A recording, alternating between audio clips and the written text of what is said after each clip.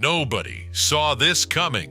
One single WNBA game has now exploded into one of the biggest basketball debates of the year. Millions of fans are asking the exact same question. Is Caitlin Clark getting the protection every superstar deserves? What started as another regular season matchup quickly turned into a national conversation after several controversial no-calls left fans, analysts, and even former players questioning what they had just watched. The clips spread across social media within minutes. Television networks picked up the story. Sports talk shows couldn't stop discussing it.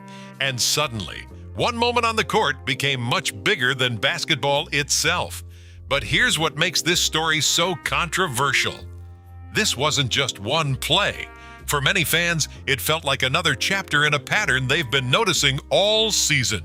Let's break down exactly what happened. Within seconds of the final buzzer, the clip was everywhere. It flooded social media feeds, racked up millions of views, and became the main topic on national sports television.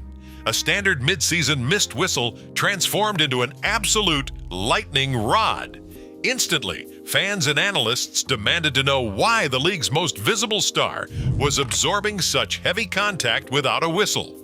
Did the physical play cross the line, or is this simply the tough reality of professional basketball? The speed of the reaction was unprecedented. Mainstream networks debated a single regular season possession for hours. Morning talk shows dedicated entire segments to the play, while online forums erupted with angry debates. In less than 24 hours, the conversation moved far past the arena walls. Suddenly, a single game in June was no longer about the final score. It became a heated referendum on player safety, superstar treatment, and the rules of the game. On June 24th, the Indiana Fever hosted the Phoenix Mercury at Gainbridge Fieldhouse. From the opening tip-off, the game carried an unusually physical edge. Defenders shadowed Caitlin Clark closely, bumping her off her spots, fighting through screens with extra force, and contesting every cut. Every possession felt far more intense than a standard regular season matchup. Midway through the second quarter, that physical pressure boiled over. Clark initiated the offense, driving toward the paint before quickly passing the ball to the perimeter. The ball was gone, moving to the opposite side of the court. But the action away from the play did not stop. As Clark moved along the baseline, Phoenix forward, Alyssa Thomas, collided with her. During the scramble, Thomas's fist made direct contact with Clark's neck and throat area, sending the guard to the floor. It happened in a fraction of a second. Inside the arena, fans watched the contact and waited for a whistle. On the live broadcast, the commentators fell silent, expecting an immediate foul call. Instead, the referees kept their whistles down. Play continued, leaving Clark on the hardwood. The sudden silence from the officials triggered immediate uproar in the stands and open confusion from the broadcast crew. This single sequence, ignored in real time, set off a chain reaction that would soon call the league's entire officiating standard into question. Within hours, 3 distinct camera angles of the collision appeared online, dissected frame by millions of fans. The debate split into 2 clear camps. One side saw an obvious missed foul. The other argued the contact remained within the margins of legal, physical play. At the center of this technical split is the distinction between on-ball and off-ball contact. The moment Clark released her pass to the perimeter, she was no longer the primary ball handler. This shifted the sequence from on-ball status to off-ball action, where defenders cannot legally hold or redirect opponents. Yet, officials must constantly weigh this against the concepts of incidental contact and advantage. Incidental contact is physical interaction that does not affect an opponent's speed, balance, or direction, allowing the game to flow without constant interruption. Under the advantage principle, if contact does not put the offensive player at a clear disadvantage, the whistle stays silent to preserve the game's continuation. Officiating experts examining the freeze frames highlight how ball position, advantage, and continued contact shape a non-whistle.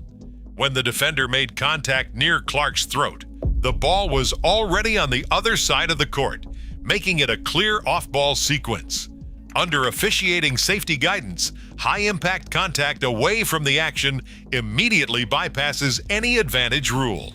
Continued contact to a player's neck is always illegal, meaning a whistle should have blown the moment contact occurred. Rather than settling the issue, these technical breakdowns only made the disagreement grow. Three competing explanations quickly took hold across the sports world. Some argued the sequence was simply a tough split-second judgment call in a fast-paced game. Others saw a league-wide shift, claiming officials were letting players get away with a rougher brand of physical play. But a third group insisted that Clark's massive profile creates extreme, distorted scrutiny around every normal basketball decision. Soon, major studio shows, sports journalists, former players, and casual fans were arguing over the same play.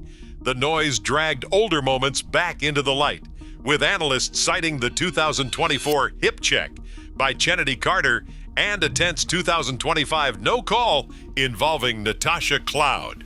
Was there a targeted pattern, or was this just professional basketball? For athletic trainers and retired pros, the issue was player safety, not favoritism. Repeated, uncalled off-ball contact, especially hits near the neck and head, can lead to long-term issues like whiplash and concussions. When officials let players play through these hits, the physical risk rises for everyone on the floor.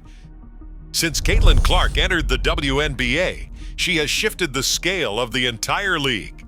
Television ratings have surged, and arena attendance has climbed to record heights. When the Indiana Fever travel, road arenas routinely sell out weeks in advance. Merchandise interest has skyrocketed, and sports media now analyzes games with football-level intensity. This massive wave of attention does more than just grow the league's business. It alters the environment on the floor. With millions of new eyes tracking every single possession, the margin for error for referees disappears. Her immense popularity acts as a giant magnifying glass, ensuring that every whistle, missed call, and physical exchange becomes an instant national debate. Indiana's coaching staff let their frustration show immediately after the game. Head coach Stephanie White framed the issue as a demand for consistency rather than favoritism. The Fever wanted the same protection and officiating fairness that every professional athlete deserves.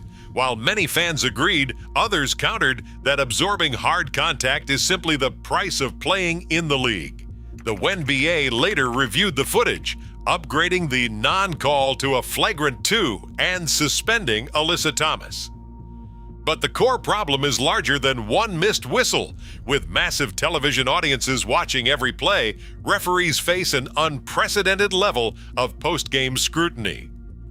To relieve this pressure, some suggest clearer officiating guidelines, public post-game reports, or expanded replay reviews for off-ball contact.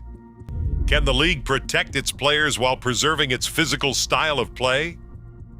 Whether future games will be called differently is still unclear, but every whistle from here on out will be closely watched. If you want to stay updated on the biggest debates in sports, subscribe to the channel now. The spotlight is no longer just on the players, but on the whistle itself. Did officials get this right as physical basketball, or must the WNBA protect its rising stars? Drop your thoughts in the comments. Subscribe for more stories.